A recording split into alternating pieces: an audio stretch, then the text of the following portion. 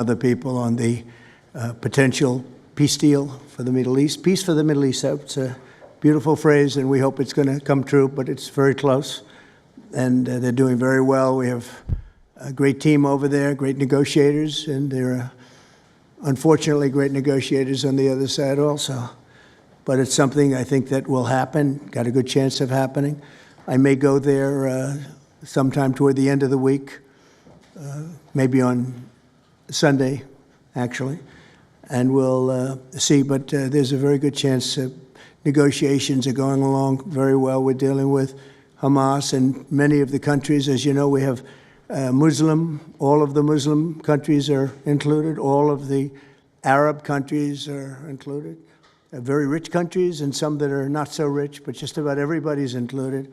It's never happened before. Nothing like that's happened before. And our final negotiation, as you know, is with Hamas. And it seems to be going well. So we'll let you know. If that's the case, we'll be leaving probably on Sunday, maybe Saturday, maybe a little later than Saturday evening, but that seems to be our schedule. It should be clear to all Americans that we have a very serious left-wing terror threat in our country. Radicals associated with the domestic terror group Antifa that you've heard a lot about lately, and I've heard a lot about them for 10 years. And other far-left extremists have been carrying out a campaign of violence against ICE agents and other officials charged with enforcing federal law. In Chicago, anarchists have surveilled at least 4 local ICE facilities and posted diagrams of the buildings online, meaning nothing but bad, accompanied by photos of specific ICE agents that they're targeting, one in particular who's a top person and a great patriot. In July, approximately a dozen Antifa-aligned militants stormed the ICE facility in Texas and then lured officers out of the building before firing dozens of rounds at police. They were crazy, frankly, shooting one Texas officer in the neck. And in Portland, Oregon, Antifa thugs have repeatedly attacked our officers and laid siege to federal property in an attempt to violently stop the execution of federal law. Everything we're doing is very lawful. What they're doing is not lawful. And what the governor and the mayor of, as an example, you could say of Portland, and you can say certainly of Chicago, it's not lawful what they're doing. They have to be very careful. In addition, 2 weeks ago, a radical left terrorist in Dallas conducted a sniper attack on a local ICE facility, killing 2 people and leaving behind a note that read, "Hopefully this will give ICE agents some real terror." That's bad. This attack came the very same month that Charlie Kirk was assassinated by a far-left extremist who inscribed the words, "Hey, fascist, catch," meaning catch the bullet, onto the bullet shelf itself. The epidemic of left-wing violence and Antifa-inspired terror has been escalating for nearly a decade. At universities, Antifa has organized riotous mobs to attack campus speakers. I see it all the time. And these are agitators, anarchists, and they're paid. And you'll find that out. You'll be finding it out very soon. You should see what we have on these people. These are bad people. These are people that want to destroy our country. We're not going to let it happen.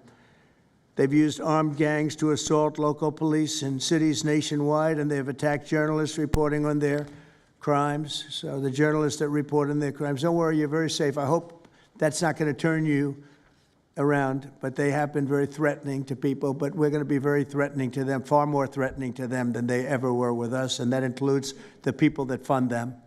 Probably some of the people I know, some of the people I dine with, but if they do, they're in deep trouble. So we're going to be looking very strongly at the people that are funding these operations. When you see the signs, and they're all made out of a beautiful paper, beautiful, nice, stiff, very expensive paper, with beautiful wood handles, all the same color. They come from very expensive printing machines. These are not people that write out their signs in a basement that believe in something. These are paid anarchists.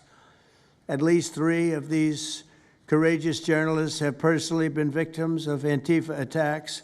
Andy Ngo has been repeatedly beaten by Antifa thugs for his work in Andy is and a very serious person, too, I have to tell you. I've been watching him for a long time. Is Andy here?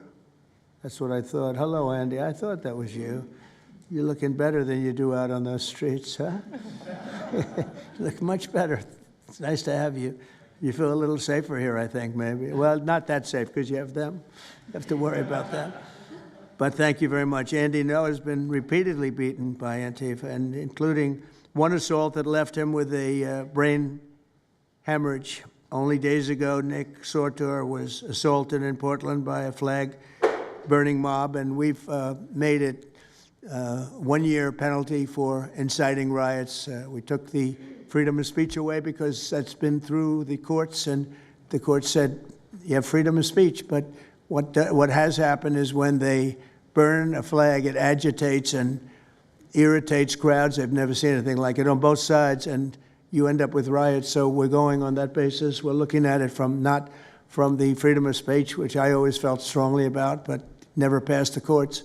This is what they do, is they incite. When you burn an American flag, you incite tremendous violence. We have many examples of it, many examples of it, and it's actually down on tape, and you see things happen that just don't happen unless it's the flag that's burning.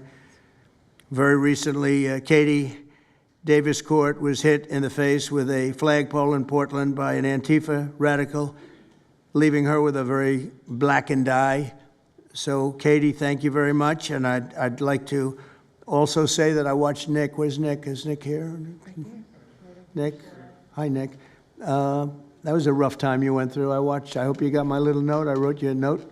Yeah, I really appreciated that. It helped a lot because it was a difficult situation. It was very stressful, and your note helped a lot. I truly appreciate it. I thought it was terrible, actually. I thought it was terrible.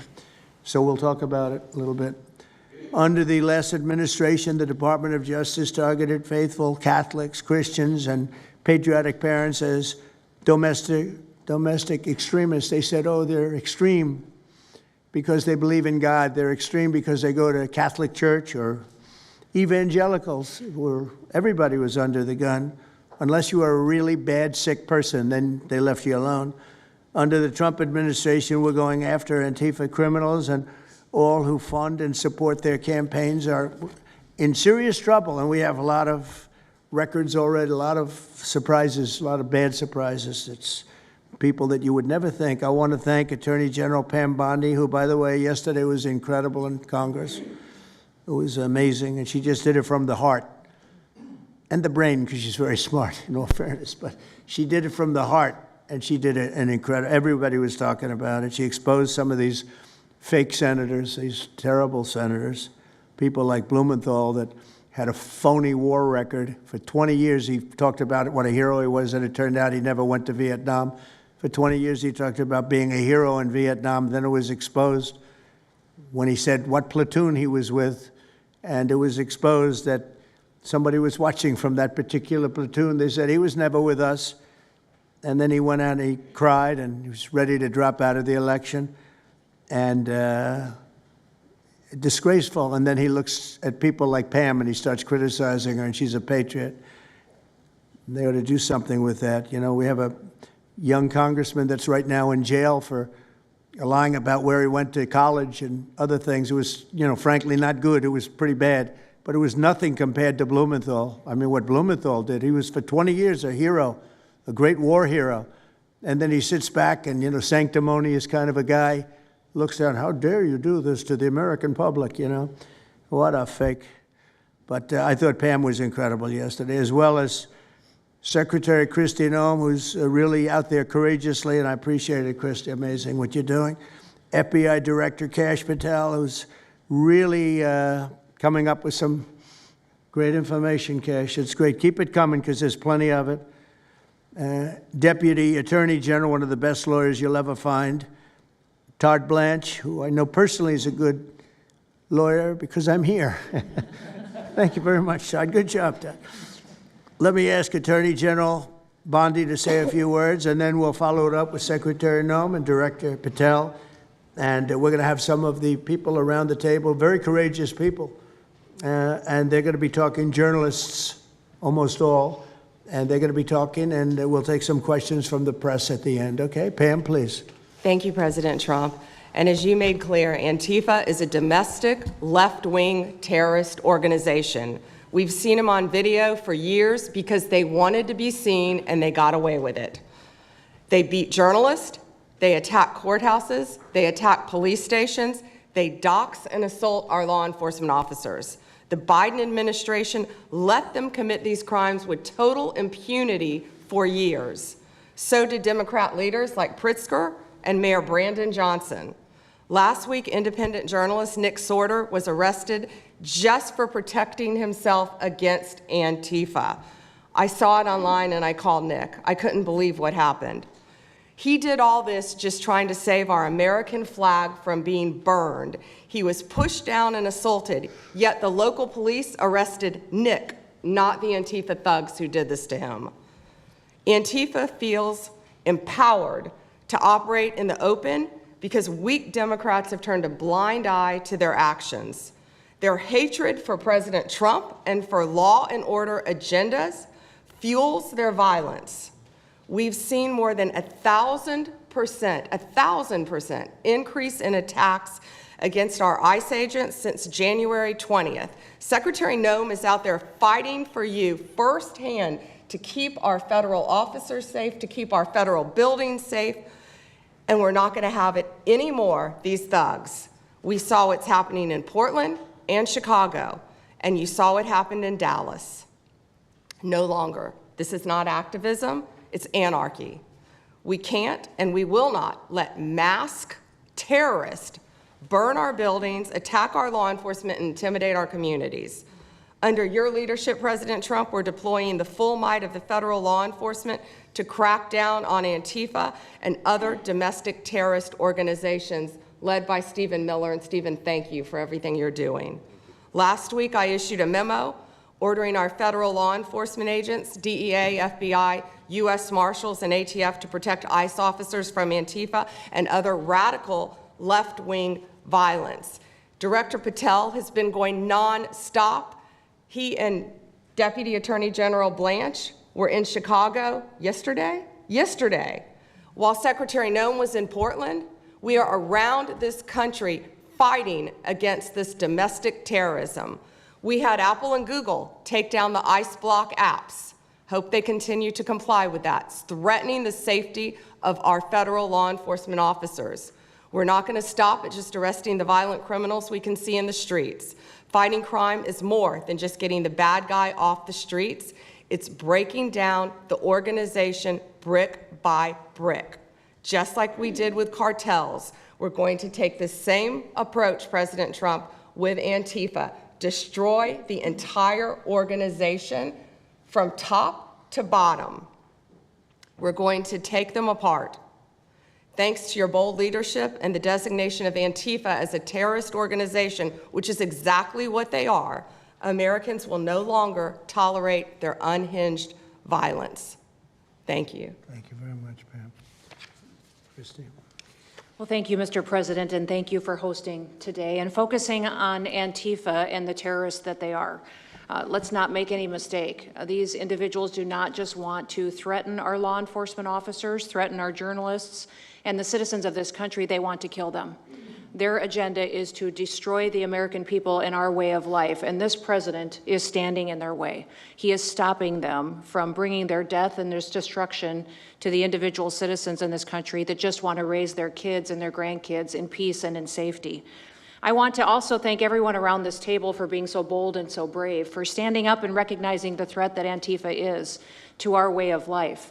By recognizing how advanced they are, how sophisticated their networks are, how they've infiltrated our entire country, and we're seeing them play out with their tactics from city to city, and how they have built out their funding mechanisms. And sir, I also want to thank our Treasury Secretary for his work in getting to the bottom of these funding mechanisms and individuals who are perpetuating this violence on our American cities. I was in Portland yesterday and had the chance to visit with the governor of Oregon and also the mayor.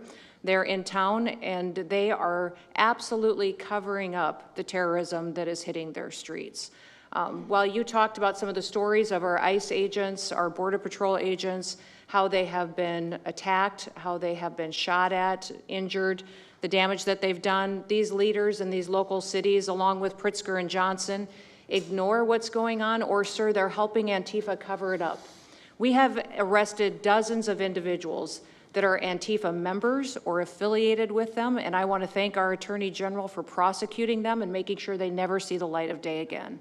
They have been so bold in making sure we're bringing those individuals to justice. One of the individuals we arrested recently in Portland was the girlfriend of one of the founders of Antifa, and that we are hoping that as we go after her, interview her, and prosecute her, we will get more and more information about the network and how we can root them out and eliminate them from the existence of American society.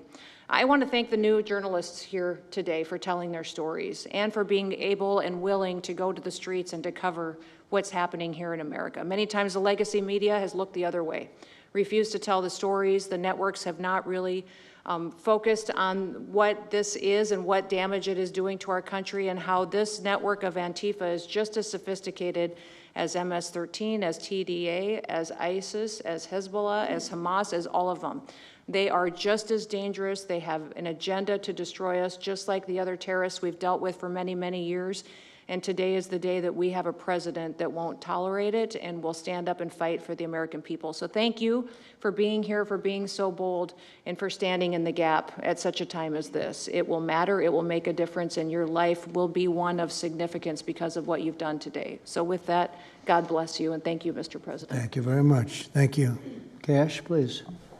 Thank you, Mr. President. Mr. President, the American people gave you a sweeping mandate in your victory in this election cycle, and they demanded safety and security for our citizens. And your administration, with your leadership, has provided us with the resources that we need, which is a whole-of-government approach to go after criminals absolutely everywhere, not just outside of this country, but within this country.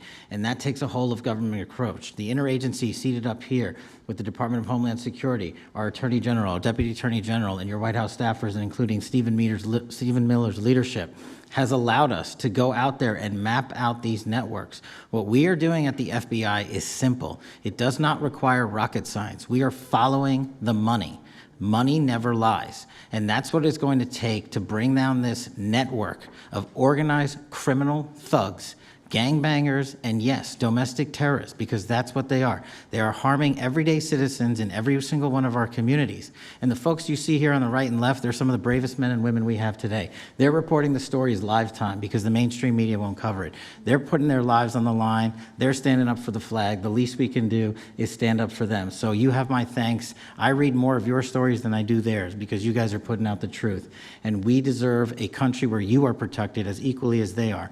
We, in this FBI, will go after with the criminals with a vengeance. We will not rest until we find every single seed, money, donor, organization, and funding mechanism that we have.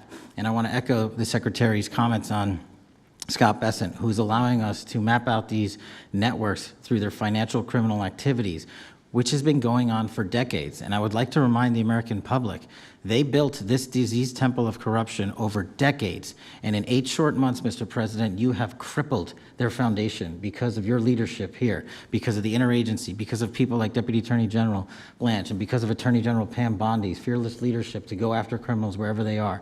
They will not be able to hide. They were able to hide and conspire with prior administrations, and we are exposing their corruption from within.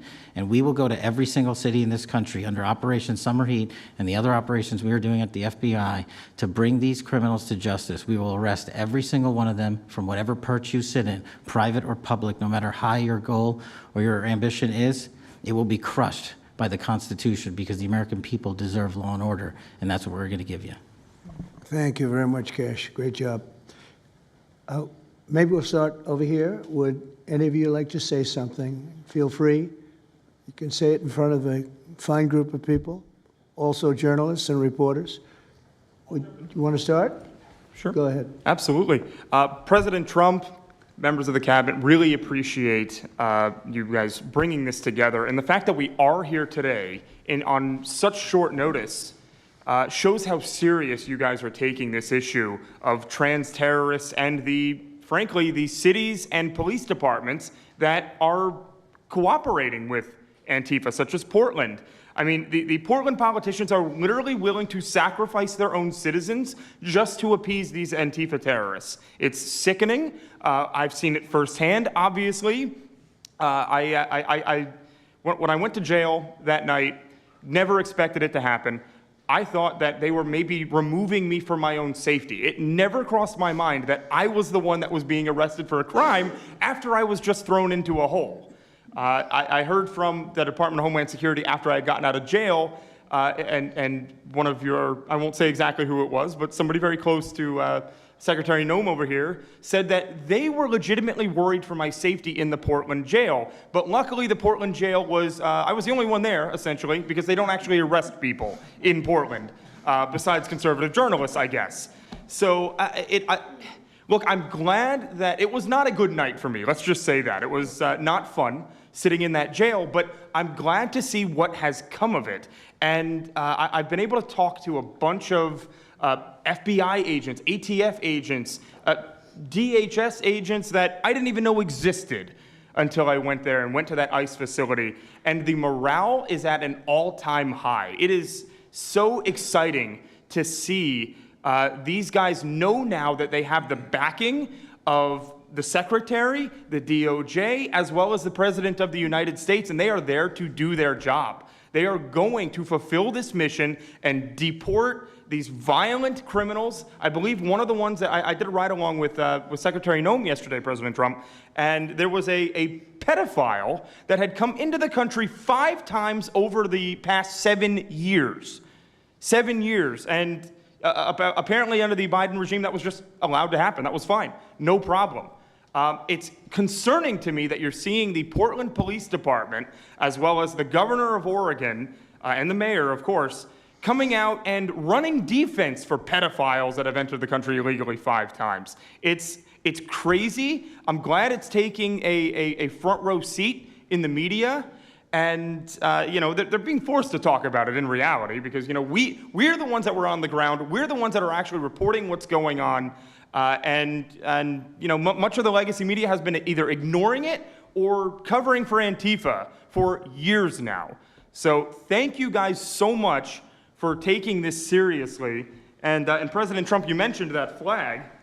So remember, you put out a truth right after That's right. I saw that. took this flag from that man that was burning it in the street. I saw it. Do you know who he is? Oh yeah, I know exactly who it is. So why don't you give it to Pam? Give it to the Attorney General, and let's start prosecutions. Yeah. I actually have a second flag that he tried to burn as well. So I have 2 of them from the same guy. Well, you also saw what happened when that flag started burning. Everyone went crazy. That's right. And that's when it started, when they started burning the flag. So thank you. If you could give the information, it would be great. Absolutely. And at least that horrible night made you famous.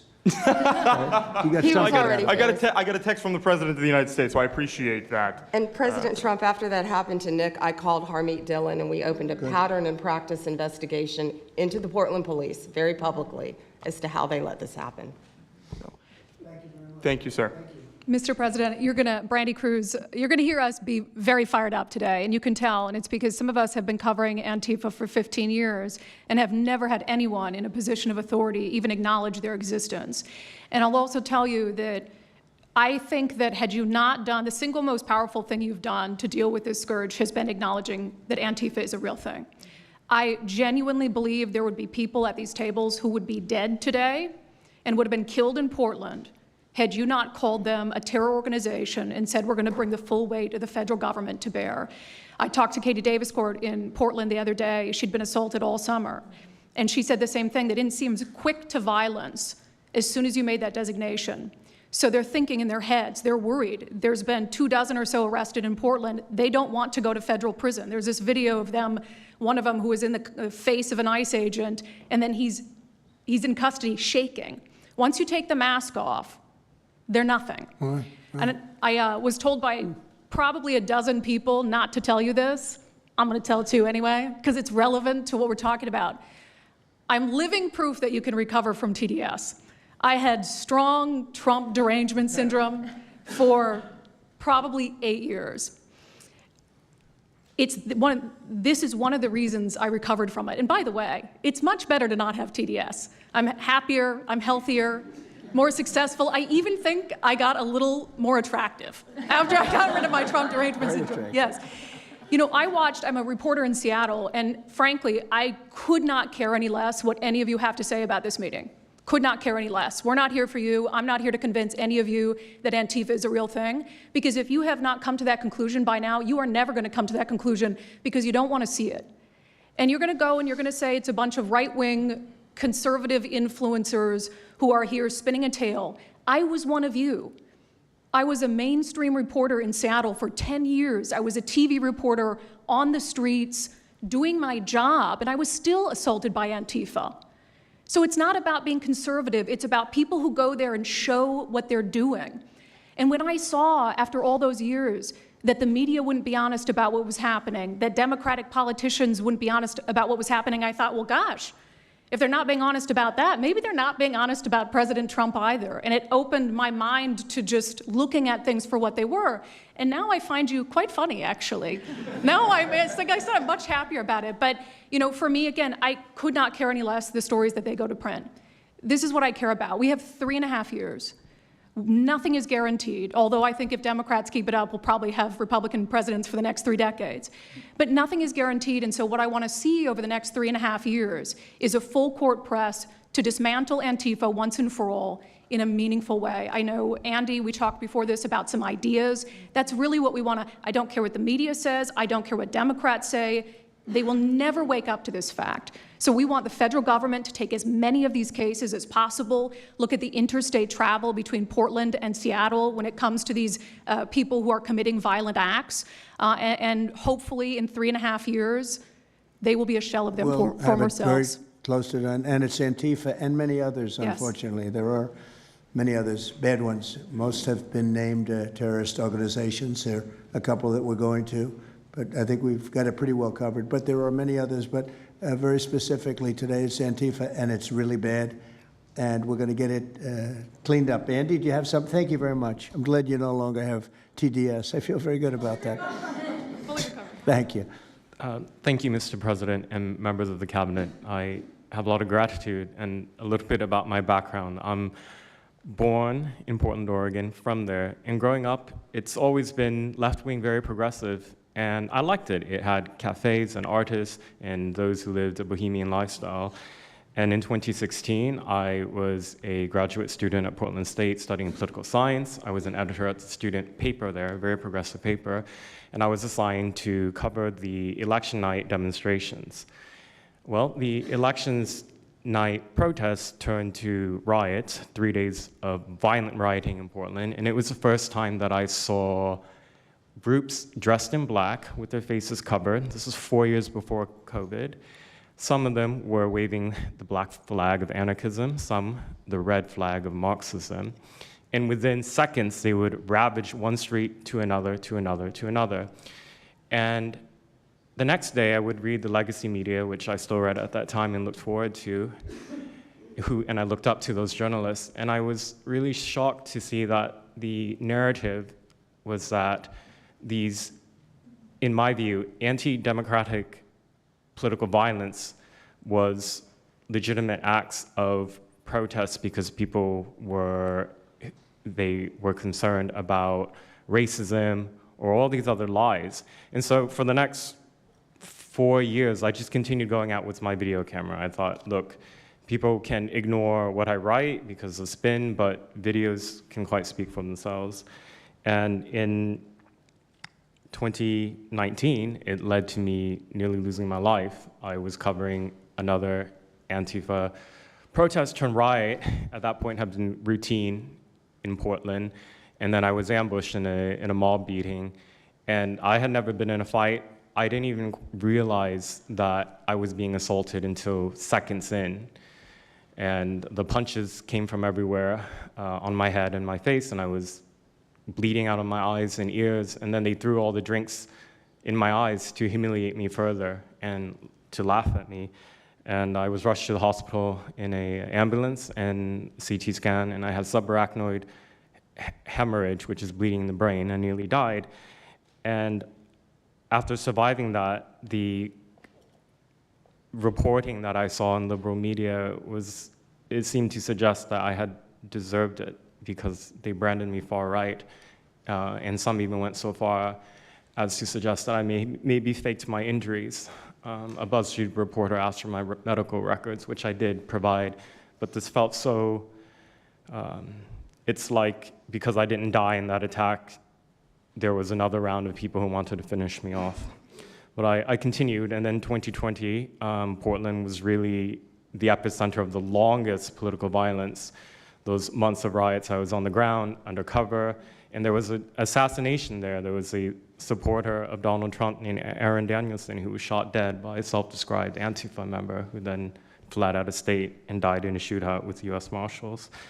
In 2021, I returned undercover, naively thinking that enough time had passed, and was chased through the streets of downtown and beaten, nearly choked out. The person who was trying to choke me out held me so tightly that I had the blood, the vessels in my eyes burst.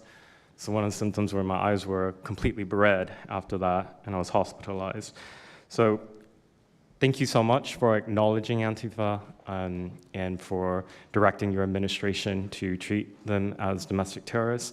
It's going to be really challenging because how they organize is that they are decentralized, autonomous, and they operate on deception.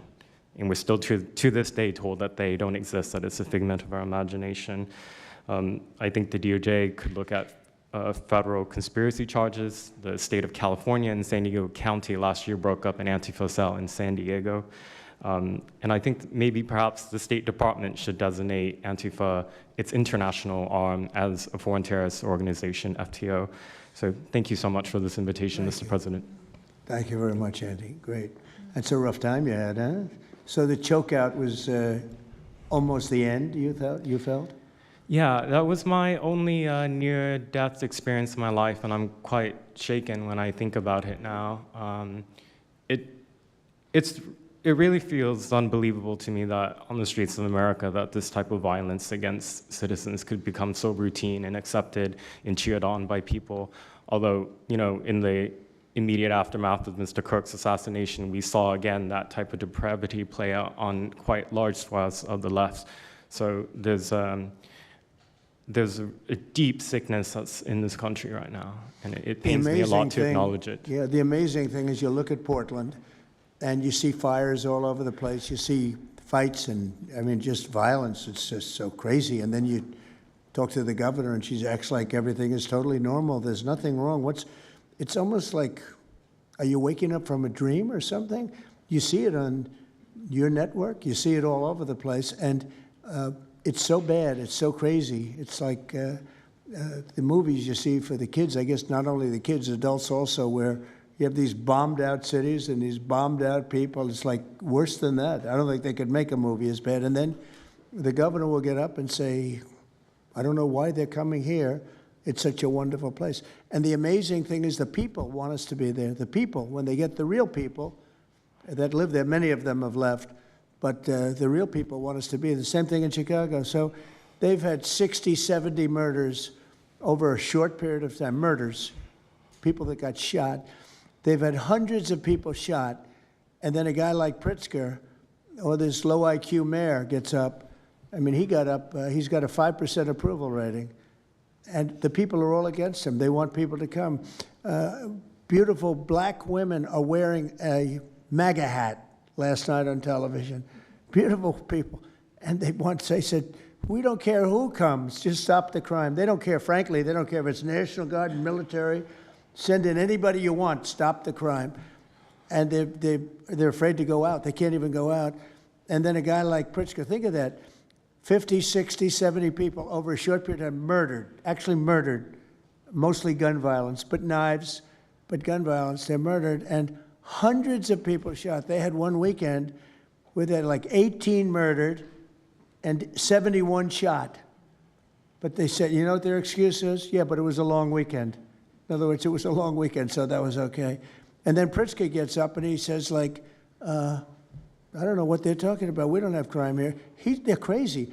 I think actually they're petrified. You know, their families live there, everything else. I actually think they're scared. Pritzker was a failure in his family. They threw him out of the family business. Guy's a loser. But you know what? I believe they're scared. They're actually frightened for their lives. Jack, please say a few words. Mr. President, thank you so much for having us here today and holding this roundtable. Antifa is real. Antifa has been around in various iterations for almost 100 years in some instances, going back to the Weimar Republic in Germany. And it's now been just under 1 month since we saw a far leftist murder Charlie Kirk, and we saw thousands upon thousands of people, other far leftists and people in positions of authority, people like nurses and pilots and doctors and HR departments, celebrating the death and the murder of Charlie Kirk. This sickness that's out there is absolutely real. And Mr. President, thank you for mentioning the fact that one of the bullet casings read, "Hey fascist, catch" on it. One of the other bullet casings right next to that had Bella Ciao written on it. Now, Bella Ciao is a song that is known in Antifa circles as the international anthem of Antifa. And all of us around this room that have studied Antifa, we're very familiar with these symbols. And Mr. President, I think the situation is getting worse. When you look at people like Luigi Maggioni in his 20s, Thomas Matthew Crooks, of course, who took a shot at you, sir, the ICE shooter in Dallas, and now this Tyler Robinson, we're starting to see a pattern of more and more murderous violence. And this same violence is not just random. It is targeted assassinations, which are getting worse. And every single one of us in this room that goes out there, and obviously you as well, sir, and all the staff, we are now under that threat every single day. And working there at Turning Point USA, and I've spent just about the last month out there in Phoenix with Erica, with the family, with the team. And I will tell you this, Mr. President, even though going through something like that, which is an absolute nightmare, and people say, you know, what was it like to speak in front of all those people? It was horrible. Every second of it was horrible. But we're not going to quit. And Turning Point USA is continuing the tour that Charlie was on. We had 6,000 people when we went back to Utah. We had 5,000 people last night in Montana, if you can believe that. We are continuing to organize on campus. We are getting more and more people coming out in the face of this threat, knowing what happened to Charlie. But Mr. President, we need to do something about this, because I fear that the next one who could be killed could be sitting at this table right now. And we're not going to stop, but they need to stop, and they will not stop until they are stopped. Thank you. Thank you, Jack. I appreciate it very much. One thing I have to say is that Washington, D.C. was almost as bad. I don't know what could be worse than Portland. You don't even have stores anymore. They don't even put glass up. They put plywood on their windows, but most of the retailers have left. But Washington, D.C. was so bad, and Pam, I'd say it took 12 days to really make it pretty good, and a month to make it great. And now people are going out to dinner. The restaurants are booming. They don't have enough seats. They're opening up new restaurants because many of them closed. And people are walking down the street totally safe. A reporter, I'm not sure if she's there. I can't see somebody reported it. She is. She was violently assaulted. And I don't know, she tends to be somewhat liberal, but she wasn't liberal on this one. I appreciated your honesty, but that won't happen again. It won't happen again. You're lucky you're alive, frankly, with what happened. I know exactly what took place. So Washington, D.C., our capital, we thought we'd start there appropriately, and it's safe, and people are so happy. They're so happy. And now it's a couple of months. I went to dinner there. I felt totally safe. I gave a press conference right in the middle of the street, which I don't think Secret Service was thrilled about. But, you know, I'll tell you what, I wouldn't have wanted to do it 6 months ago. It's incredible what happened. Now we're in Memphis. As you know, we're having a great impact in Memphis. It's been only a week, but it's, Cash, I hear it's been amazing what's happening there, just very early. But you take a look at D.C. and you take a look at some of the other. We've had a big impact. What we haven't said, because Pritzker said, well, crime is going down in Chicago. Well, 5 months ago, Cash went to Chicago with a lot of FBI agents just to prepare it, so that we went in with, I guess you could call it a surge, call it whatever you want, but would be even more effective. And we're going to be doing that, and very, very strongly doing that, because Chicago is a very unsafe city. It's a great city. The head of the Union Pacific Railroad said, sir, please save Chicago. It's a great city. It can be saved. Other cities are gone. I mean, they're lost. They can get better, but they're just really, they've been so decimated. But I'm so proud of what they've done so quickly in D.C., and it's taking place quickly in Memphis, where we were asked to go by the mayor and by the governor. And it's really incredible what we can do and how fast we can do it. Let's go for two more. Would you like to go? And then Katie, you'll go. Okay, please. Yeah, thank you, Mr. President, for having us here. And not to sound like a broken record, but it needs to be said that Antifa is real. Yeah. It's real. It's a threat. I just saw them last weekend over in Portland while they're causing mayhem over there. And the reason why they're such a big problem is because we have Democrats and a lot of people in the mainstream media refusing to acknowledge that they even exist, right? So how can we as a country begin to address it if we have large swaths of these people who are supposedly decision makers and people who are supposed to inform, they don't want to say that it exists. Because the common argument is like, well, they're not a real organization because there's no national leadership, they don't have a national headquarters, so how can law enforcement go after a group that doesn't exist like that? Well, law enforcement goes after criminal groups that organize to rob banks or do smash and grabs. They don't have a registered LLC, they don't have official membership cards, they don't have a business address, but law enforcement still goes after them because they're working as a group. These people don't just show up, randomly at the same time to do the same thing, dressed in a very similar fashion, espousing the same ideology. And they say, well, it's an ideology. It's like, well, yes, it's an ideology because there's people alive, present, that believe in it, and they're acting on it. And so I've been very well aware of what Antifa's been doing. I was very busy during the riots in 2020. That was probably my most exposure to them prior to this year. I've been at the ICE facility at Broadview. I'm originally from the Chicagoland area, unfortunately, but that's where I grew up around. Like I said, I was in Portland. I was covering the riots in Los Angeles as well. And probably one of the most disturbing parts about that is, in addition to Antifa being present, they were tagging the streets with CJNG, which is Cartel Jalisco Nueva Generación, which is a cartel. So you have these people who are working basically in concert with other terrorist groups to say that we're here, we're present, and we're gonna attack federal agents and people who are gonna expose what we do. And so, to be clear, political violence, sustained political violence that we're seeing in this country is not a both sides issue. I was, I was at Charlie Kirk's memorial in Glendale recently. Conservative gathering, totally peaceful.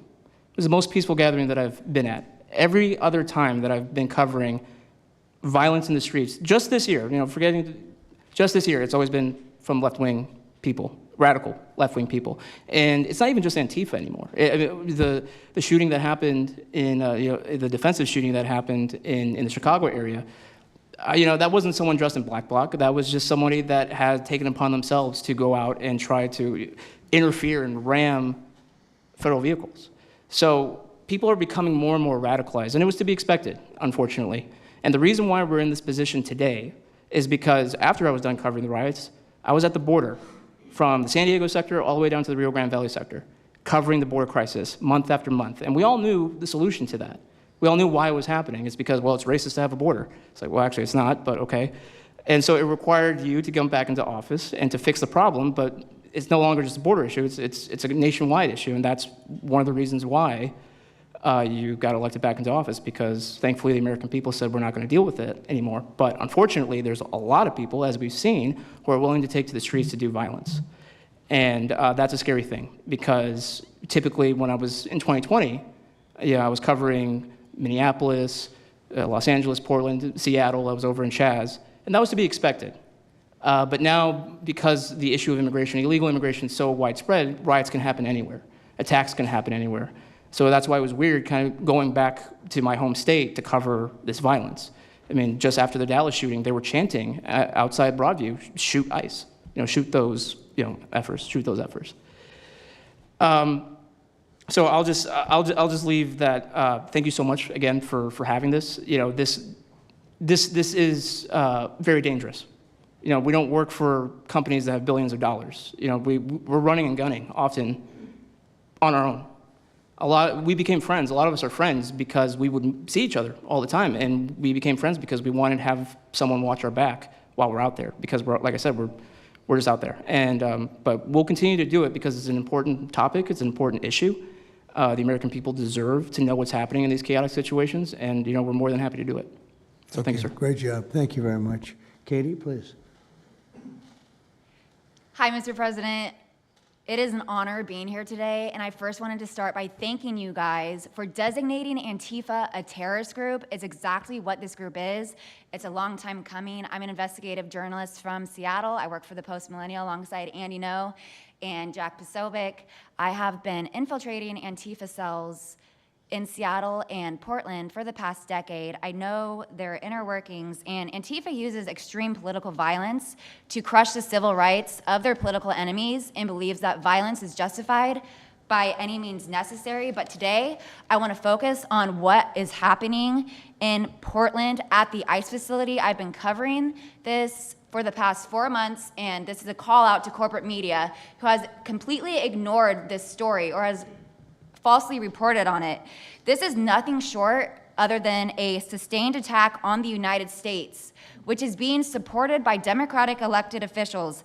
The Portland Police Bureau has completely abandoned several blocks outside the ICE facility, giving away their jurisdiction to a terrorist group who has spent the past 4 months harassing, assaulting, and intimidating anyone they perceive to be against their cause.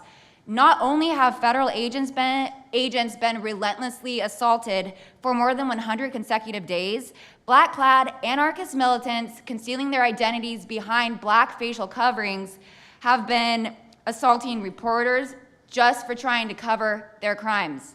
Today, I am sitting here with a black eye and a concussion after being violently hit in the face with a metal pole while reporting outside the ICE facility just this past week. After the attack, I immediately went to three Portland police officers who refused to detain the suspect. I took the time to chase down the suspect in the streets, had her held for 35 minutes. I was waiting for Portland police to come, and they never came. Then that's what opened to my eyes to what this group is actually doing. I watched 20 Antifa militants help my assault suspect escape into an Antifa safe house that is 1 block away from the ICE facility. And this safe house is where Antifa-affiliated protesters are conducting paramilitary operations. It's where they're arresting, they're showering, they're eating to continue this occupation. I have staked out this safe house and have observed shift changes. This group is highly organized. It is being funded through mutual aid groups, and they have no plans of stopping. Residents living across the ICE facility have been held hostage by Antifa. They're begging for federal intervention. The city refuses to help, and they want you, President Trump, to come in and restore law and order. I want to stress the importance of taking this situation seriously, because when I first started reporting on this occupation, I went undercover in Black Bloc. I talked to these Antifa militants. I lasted for about a month. They believe that ICE agents are the Nazi Gestapo who need to be killed. They told me that directly, and I think that if this situation is not taken as seriously as it is, it's just a matter of time before someone gets killed. And thank you for having me. Thank you, Katie. That's pretty incredible. The only question nobody can answer is why. Why are they doing this? They're like insurrectionists. They're terrible people. But you really wonder why. Why are they doing it? What are they gaining other than they're obviously paid? They're paid a lot of money. Go ahead, please. Mr. President, if I can answer that question, the reason why they're doing it is because the same media that's sitting in this room with us has declared all of us at this table Nazis and fascists, and they've been doing this for years. This is why Antifa feels emboldened to attack us. Now, almost every single person at this table has been threatened with a steel bat.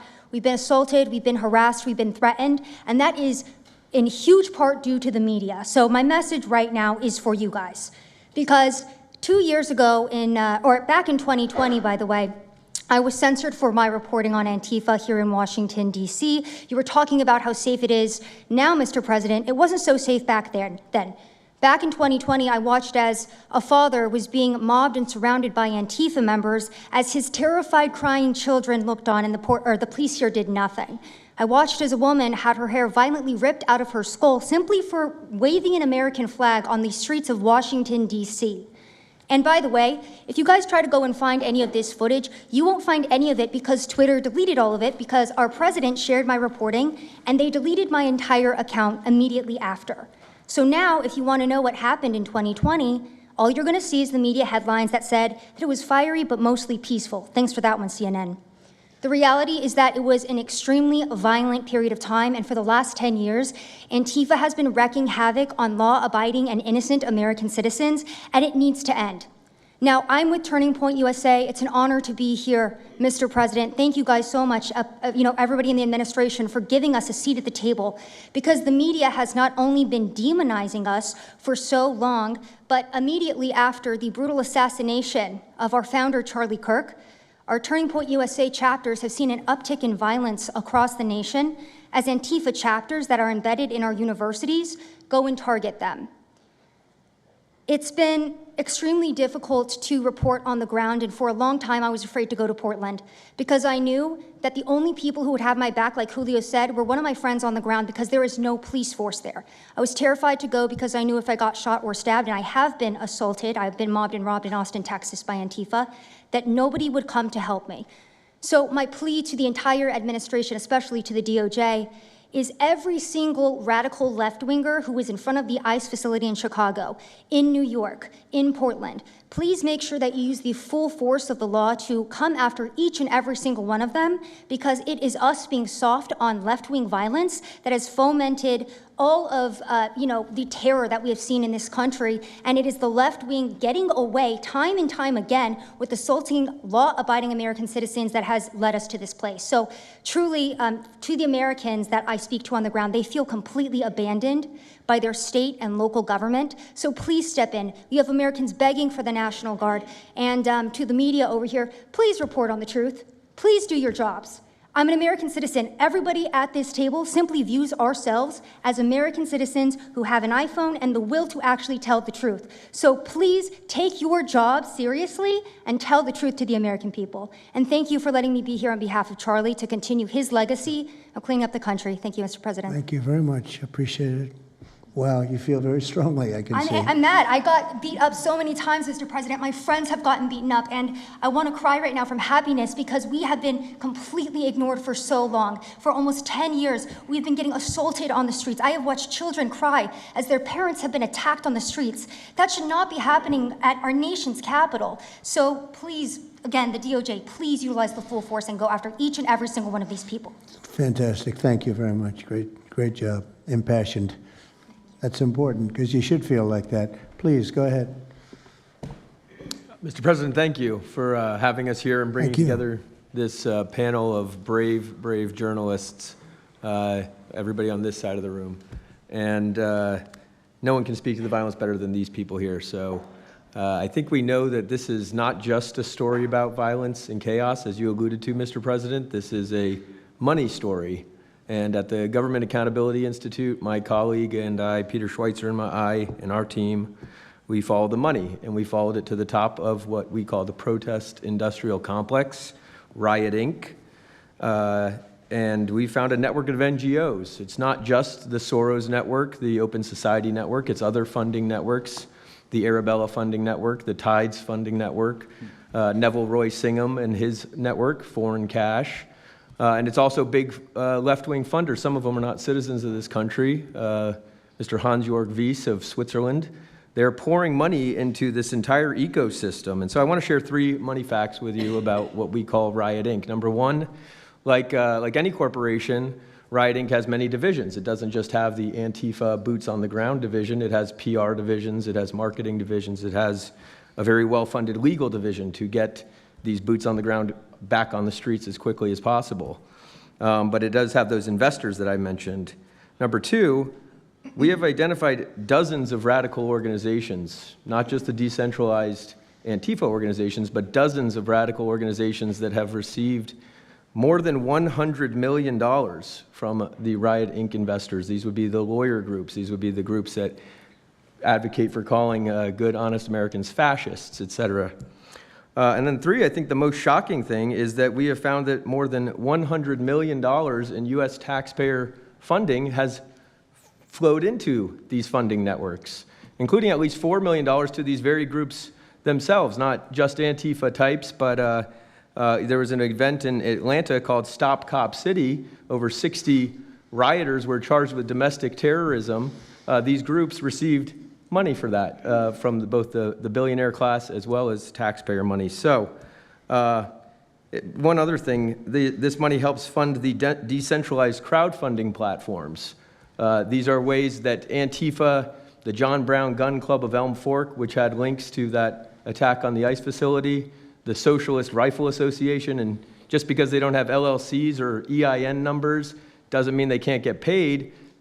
Some of these funding platforms, crowdfunding platforms, are funded by this network that we call rioting. So again, I want to thank you for your leadership, for the whole cabinet's leadership on this. We're going to keep following the money and appreciate everything you're doing, sir.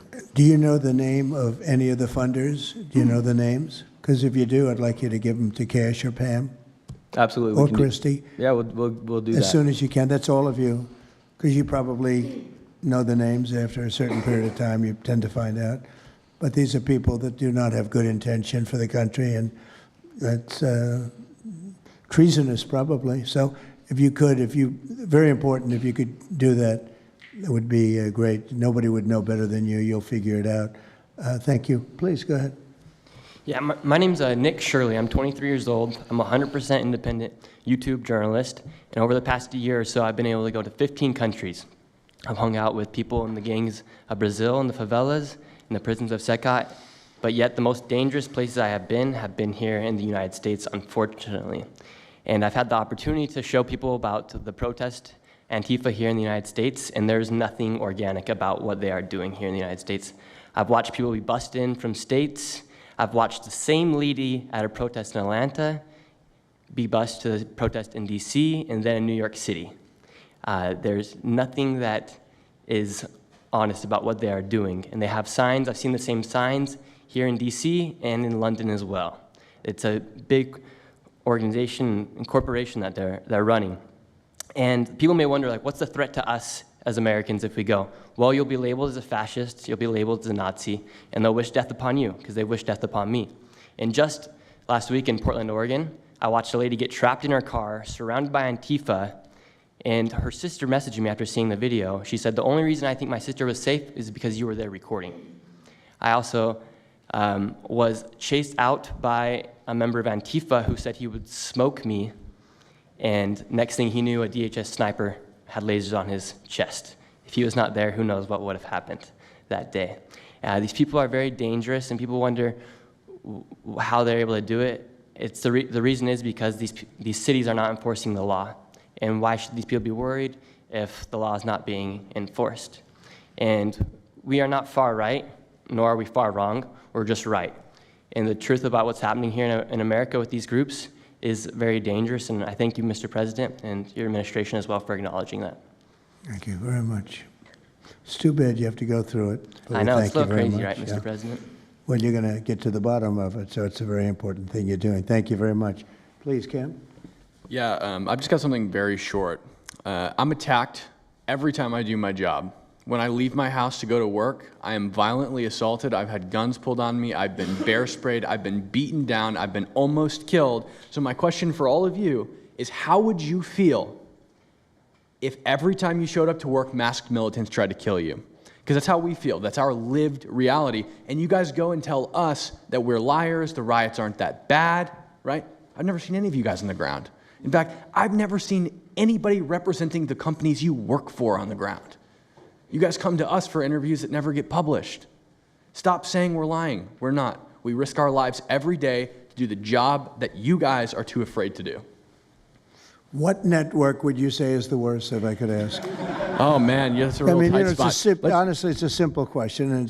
Well, there's a lot of people in this pool, and I would say I'm not talking about Fox. I'm not talking about Newsmax or any outlet that resembles them, so I'll let you guys put the pieces together on who I'm exactly talking about. Who would you say, which network would you say? MSNBC, for sure. Oh, they're terrible. I agree. They're CNN, terrible. probably close, yeah. Yeah, I'd rate it that way, yeah. MSNBC, that's Brian Roberts. Yeah. That he allows that to happen is a disgrace. Absolutely. And CNN is second. Yeah, second. I would say CNN is not quite as bad as MS. MSNBC is not really a news site anymore. Oh, MSNBC is sick. They're sick. Well, sir, it's who also else? just the stories that they publish about what's the ICE enforcement operations that are so heavily slanted that it's no longer, as I was saying, no longer just Antifa, but Americans that are becoming radicalized. So they've been very irresponsible with how they've been reporting Who on is it. that?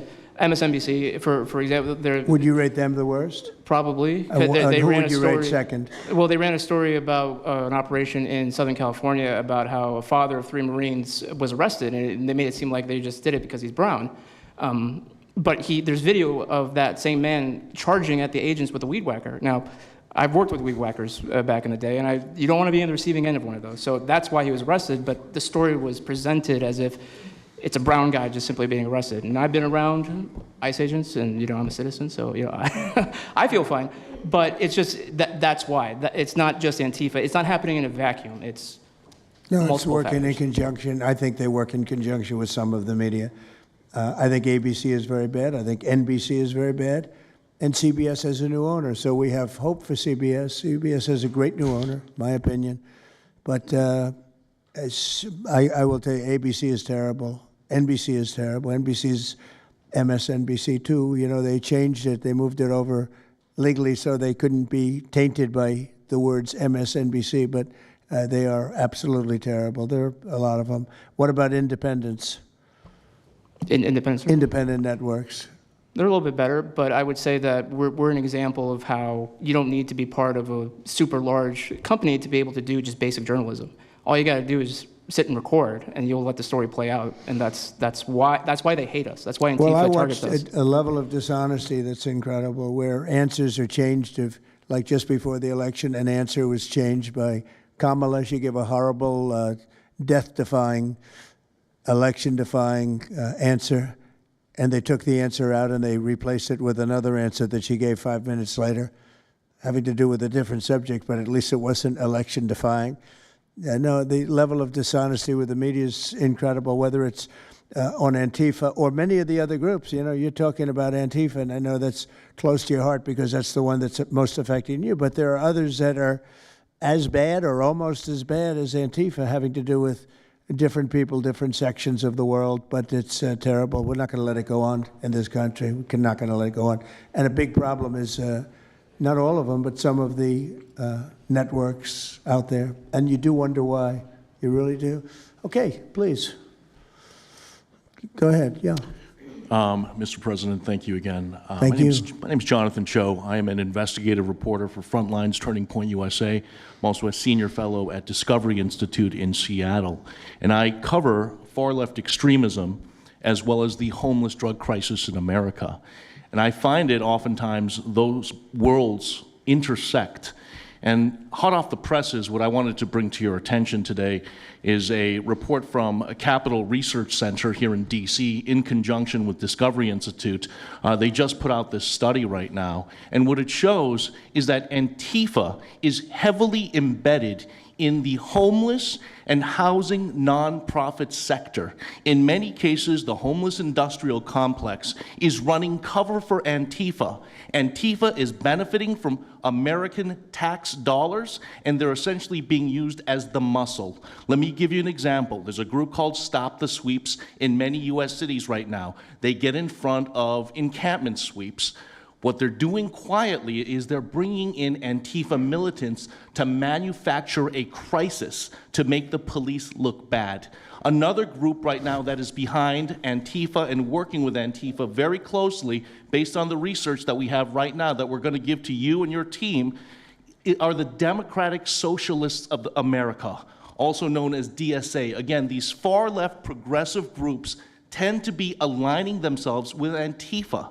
So finally, in closing, what I wanted to thank you again, Mr. President, is that a few months ago, earlier this year, you put out an executive order on homelessness and the drug addiction crisis in America, and that's sent the entire homeless industrial complex on the run. You have absolutely moved the needle and changed the game.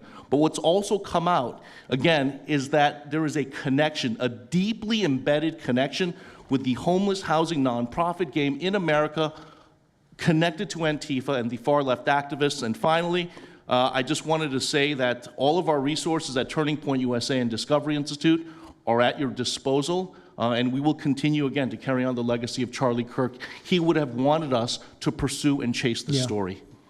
Well, he was a good friend of mine, as you know, and he helped us get elected. Us, it really is us.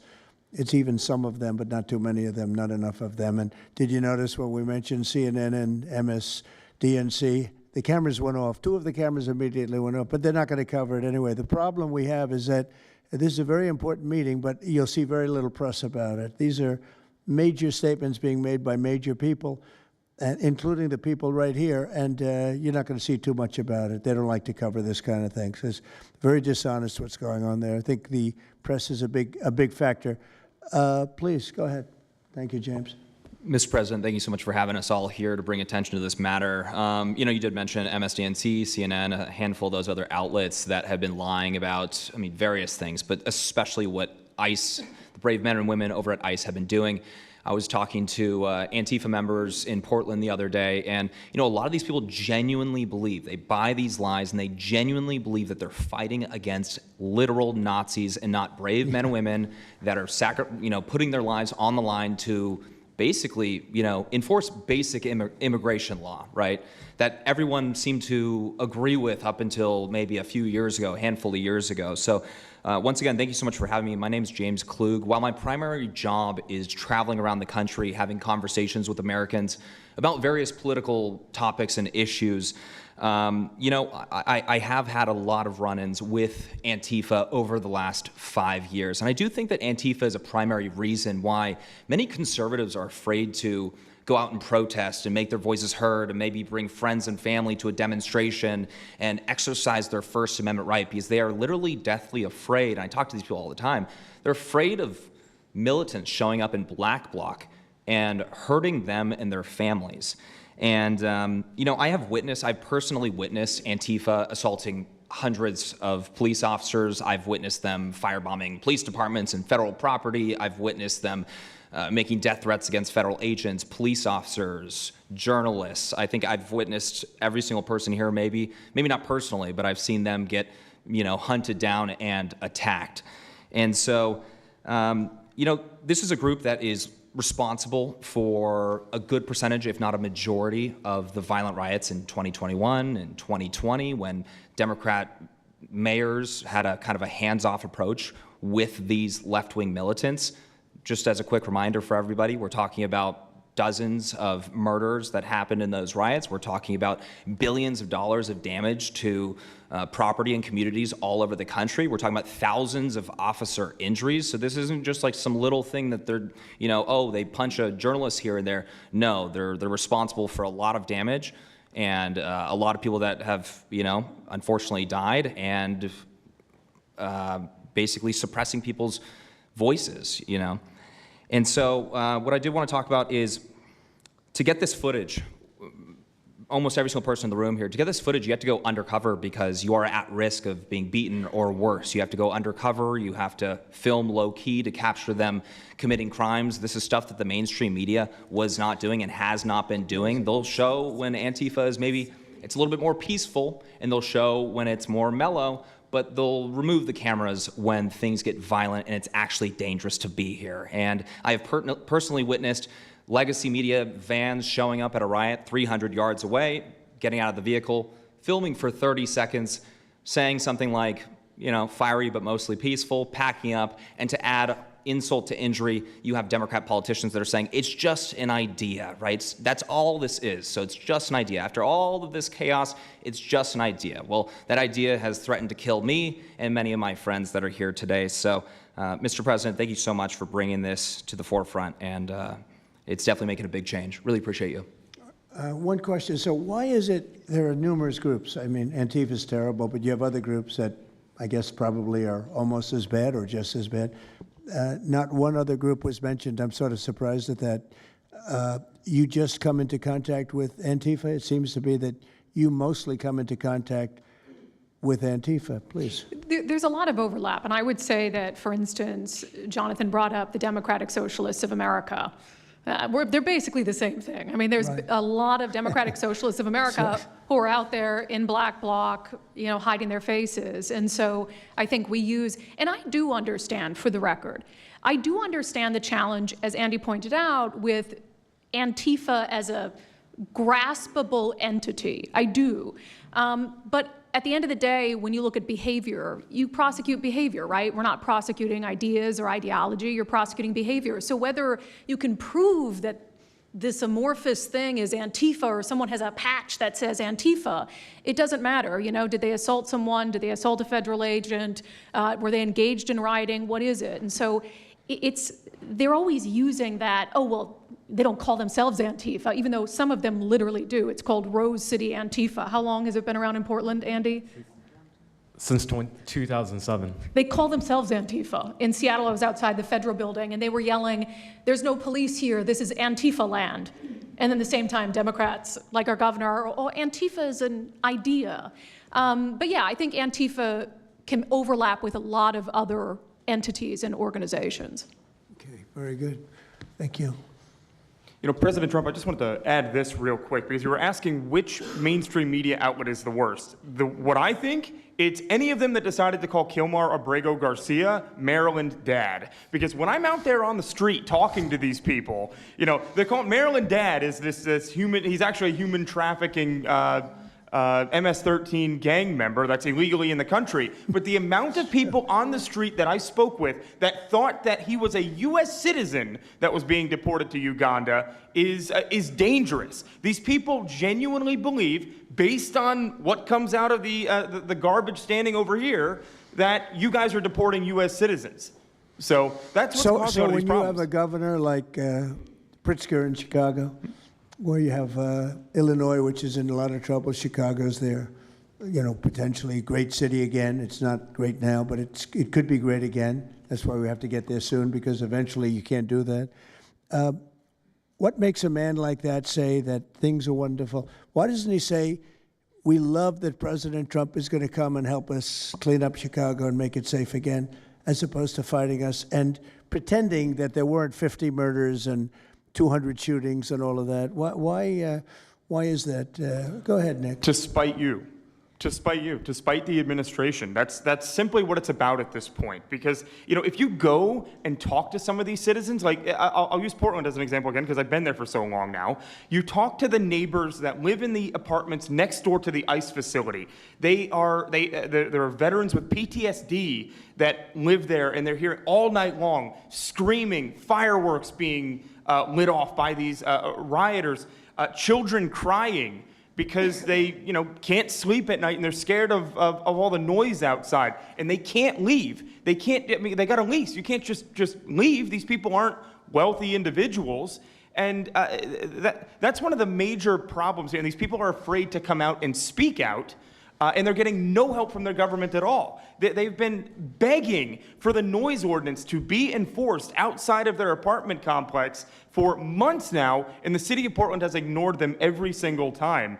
The victims are, as I said, they're afraid, but the governments aren't doing anything because they want to spite the administration. It's all political. And the politicians make you feel like you're foolish, like there's something wrong. Like, how could President Trump be saying that about Chicago?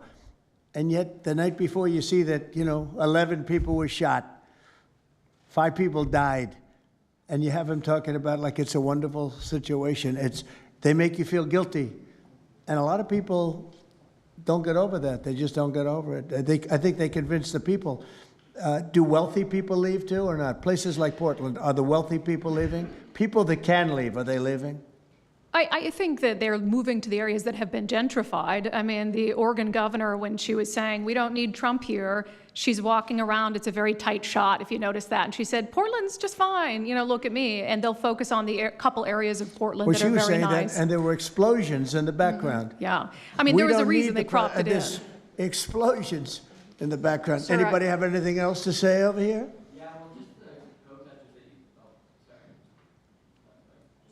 And then we'll get, should we be taking questions, or is it just a waste of time? Because they're going to ask questions, but, well, there's Brian, he's good. But you know what? In a way, it's a waste of time, because if you give a great answer, they don't put it on. If you give a horrendous answer, or even if you give a great answer, they make it sound like it's not a great answer. They're very dishonest. Go ahead, Nick. Yeah, and I think part of that dishonesty comes from what they see. For instance, I've never been asked to go on any other show besides Fox News. my clips go viral everywhere, but they've never even asked, like CNN's never asked, MSNBC's never asked, and a lot of times when I go to hotels, I'll stay and I'll watch like MSNBC. Fortunately, their ratings are terrible. They are terrible. MSNBC is dying, and CNN is dying like a dog. And Poor CNN, it's so pathetic. It is very pathetic. You ever see their anchors in the evening? Nobody ever heard of them. Where do these people come? I could take anybody off the street in Washington, D.C. that do a better job. Yeah, and it's not amazing. hard to show what's going on these days. You literally have an iPhone and you can post it on X. They don't believe in the star system, It's just one of those things, right? Okay, Nick, you finished, Nick? Yeah, Are thank you you very finished, much. Nick? Good Can I- job. Thank you very much. Well, you've been through hell, I tell you that, but you're really incredible patriots, incredible people. Go ahead, please, Brian. Brian, go ahead. I'm so thankful for each and every one of you here right now, and I'm very grateful that my network, Real American Voice, has partnered up with many of you. Jack and Sylvan, you have a show on a network. Many of you, Savannah, have appeared on a network as well, so thank you for being here. My question is this: in terms of following the money, I would just notify that the city of Austin is cleared to vote tomorrow to basically waive a $120,000 fee so that a No Kings, basically an anti-Trump rally, can occur in their city. They're bypassing the fees, rolling it to the taxpayers. So my question is to you: what can the people of Austin, Texas do right now to make sure that their tax dollars don't fund a No Kings anti-Trump rally coming up? Well, you just tell me that I would love to do something about that. Bring a lawsuit, do something.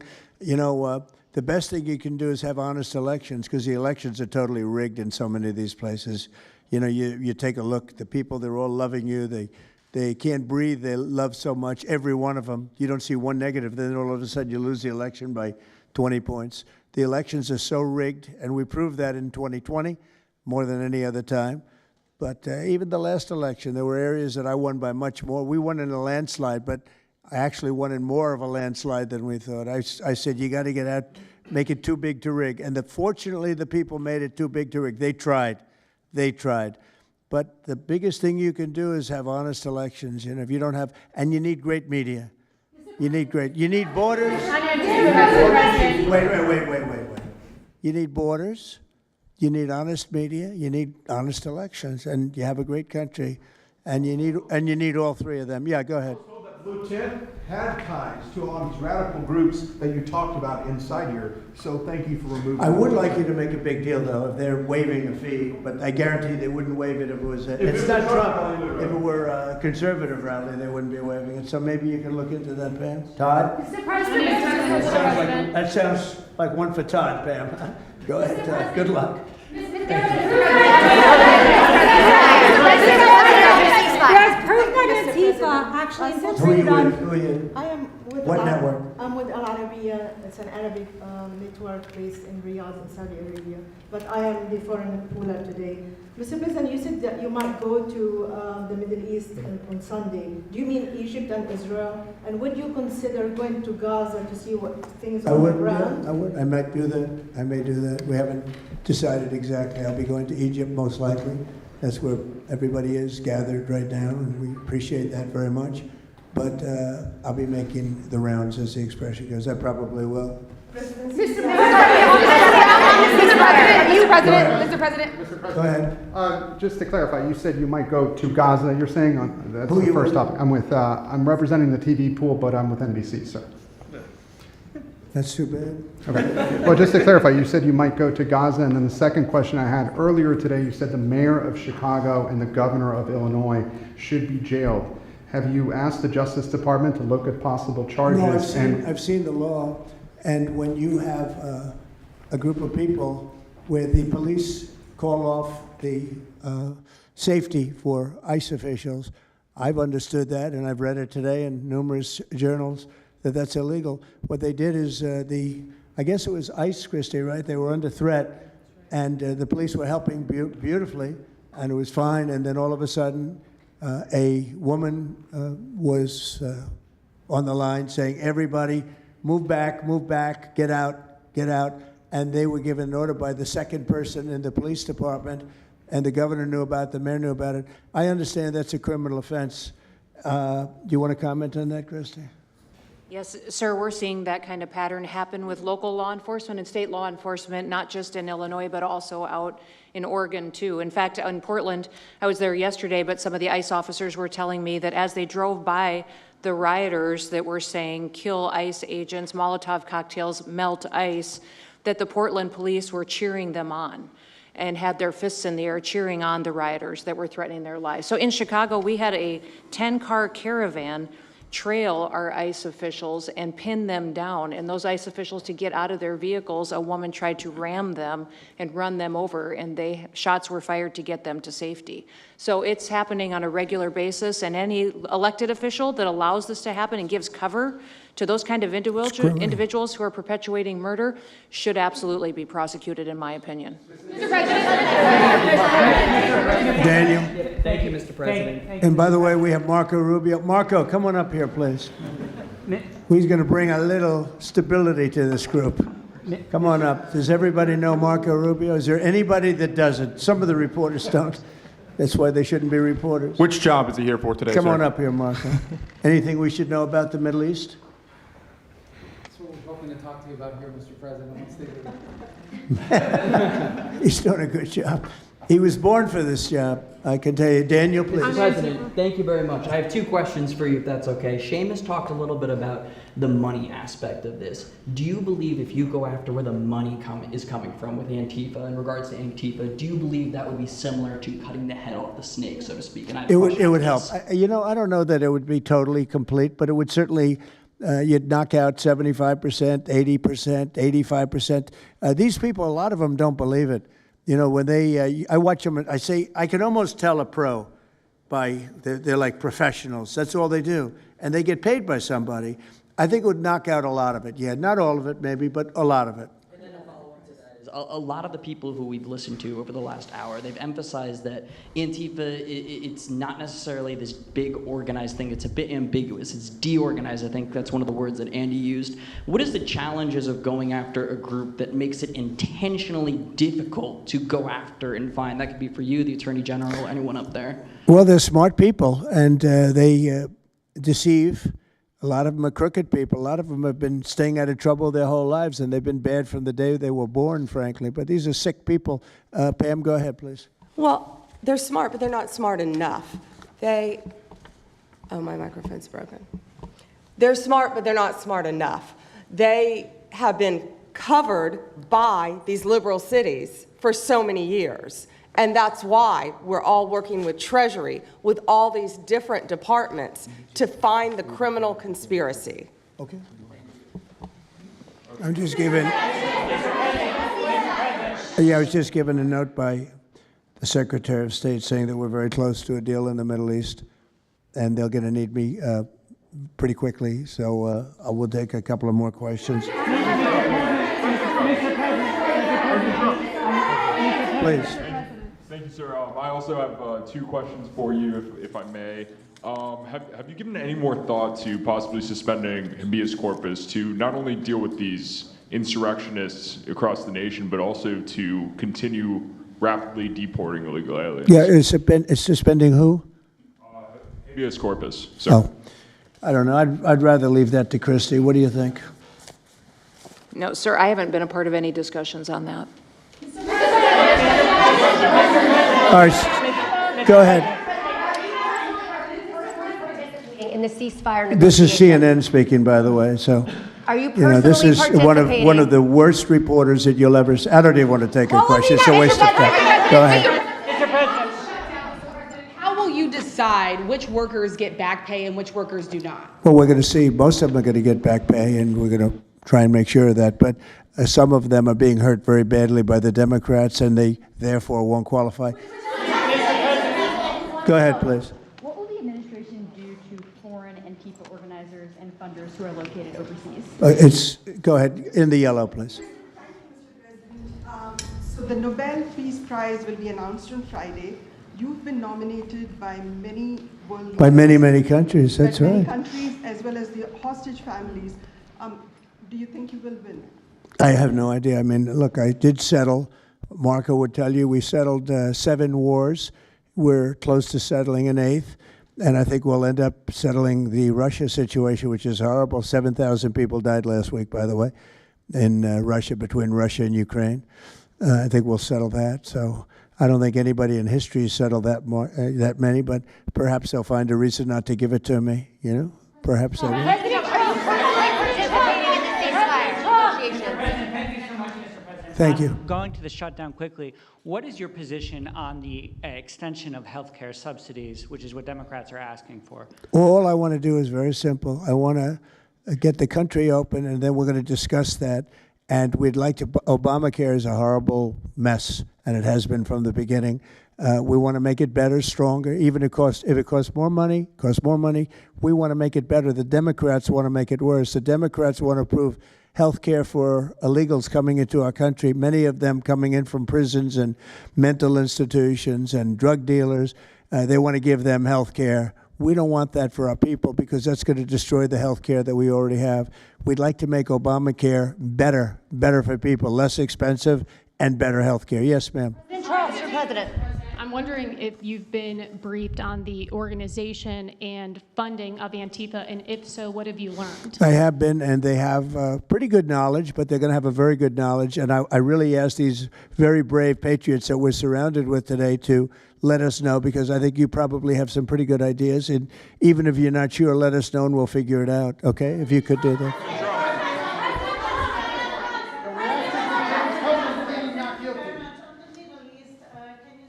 You're from Italy? No, I'm from France. Can you specify how close we are to the deal? Would that be announced today, tomorrow? And do you want to see the hostages released before you travel to the region? No, I think I'll probably go maybe before the hostages are released or shortly thereafter, pretty much shortly thereafter. Yeah, please. Participating in the negotiation. Go ahead. Who are you with? Who are you with? The Center Square. I had the honor of asking you originally if you would designate Antifa a terror organization. And I stand here before you today, and I'm echoing what Andy said over here. Are you going to work with your administration, as the Secretary of State's here, are you going to work with your administration to designate it a foreign terror organization? You mean a terror? Antifa? A foreign terror organization. Well, has that been done? Pretty close, right? Would you like to see it done? Yes, Mr. President. You think it would help? They have foreign I'd be links glad all to across do it. I Western think it's Europe. the kind of thing I'd like to do. If you'd like, does Middle everybody East. agree? If you agree, I agree. Let's get it done, okay? Let's get it done. Marco, we'll take care of it. Mr. President. That's international, you mean? Yes. International. Yes, Mr. President. Sounds good to me. Foreign terror organization. Steve, are you okay with it? Yes, it's true. There are extensive foreign ties, and I think that would be a very valid step to take. Good, I think so too. Yes. Good, I think it's a good point. Thank you. President, are you planning on personally participating in this? On the shutdown, we are now about 1 week away from military service members missing their paychecks. We'll always take care of our military. Would you encourage Congress to pass a standalone bill to pay our service members? Yeah, that probably will happen. We don't have to worry about it yet. That's a long time. You know what 1 week is for me? An eternity. 1 week for me is a long time. We'll take care of it. Our military is always going to be taken care of. Yeah, please. Blue dress, blue. President, Rebecca with Blaze News. I'm curious to know, so you're talking about the money funding these Antifa organizations, and somebody brought up Roy Singham, I think it was you, who, by the way, is married to one of the co-founders of Code Pink, this infamous left-wing organization. I'm curious to know the administration. Who is that? Who is that? Roy Singham. He's married to. No, did you say they're here? No, he's not. A journalist brought him up, but Oh, is, I see. Okay. Yeah. Okay. Seamus, thank you. Good bring up. Excellent. Go ahead. He's somebody who's been reported on extensively, and I'd love to know what the administration is going to do to actually bring consequences to some of these names. You mentioned. Well, I don't know the name, but I would like to ask Pam to take a look at it. You know, a lot of the best information we find are through you and other people like you, so I'd like you to look at it, Pam.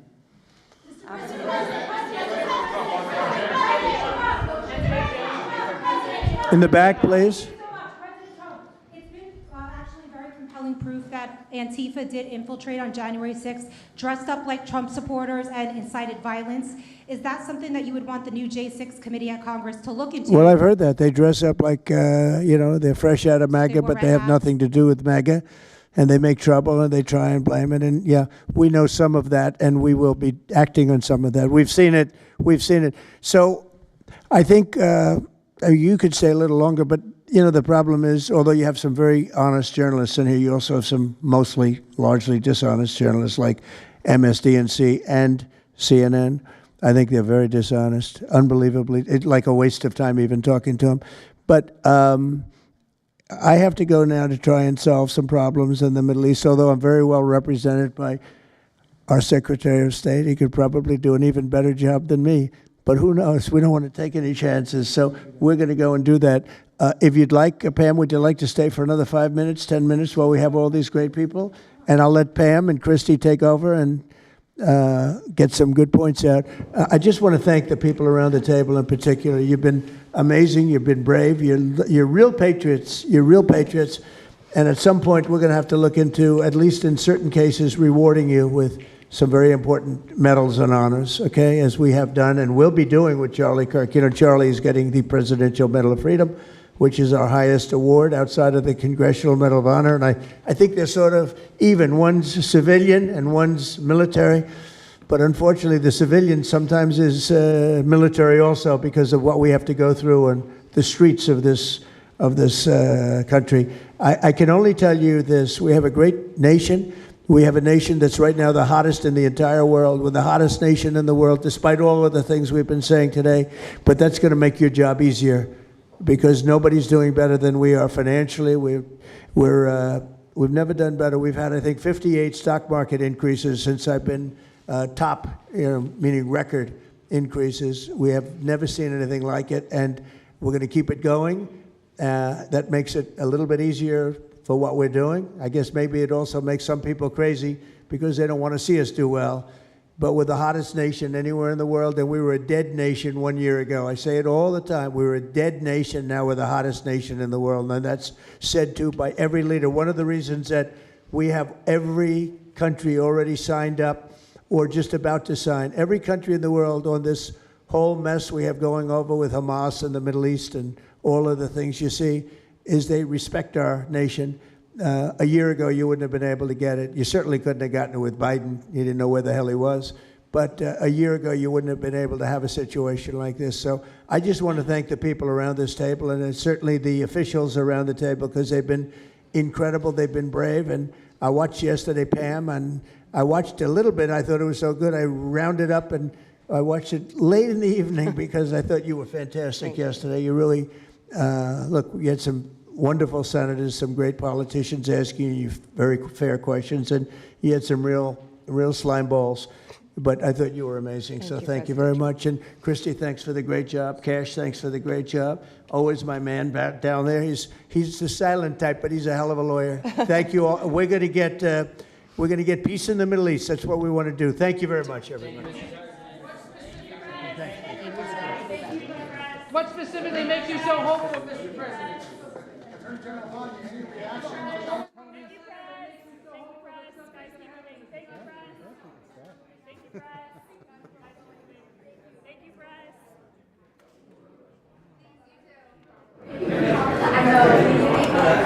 What's left to do, Mr. Rubio? Mr. President, what's left to do on Gaza? Thank you, guys. Thank you. Keep it late.